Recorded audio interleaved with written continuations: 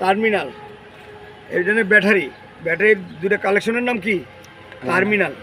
Terminal loose collection থাকলে গাড়ি start নেবে না।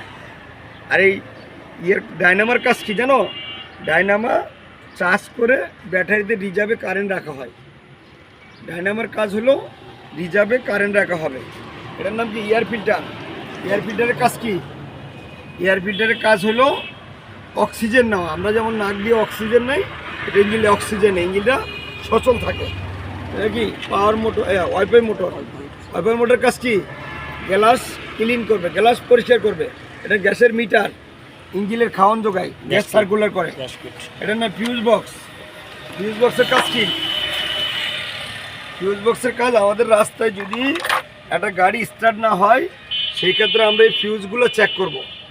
এই যে ফিউজটা চেক করব, এখানে একটা কালেকশন আছে।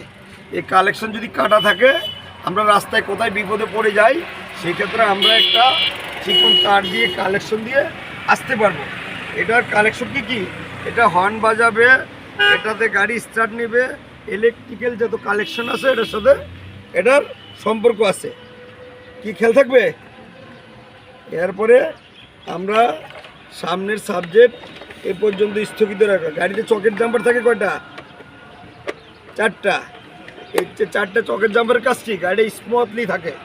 এই চকের জাম্পারের কাজ হলো গাড়ি স্মুথলি থাকবে, গাড়িটা জার্নিং করবে কম, স্মুথলি থাকবে। ঠিক আছে? এখানে আরও কিছু আসলে, এটা হলো ম্যানিফোল্ড।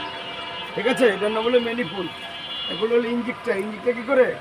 কারেন্টের কাজ করে। এটার নাম কি? ডিস্ট্রিবিউটার। এটা হলো ডিস্ট্রিবিউটার কালেকশন। এখানে 4টা প্লাগ থাকে। এটার নাম হলো 4 সিলিন্ডার ইঞ্জিন।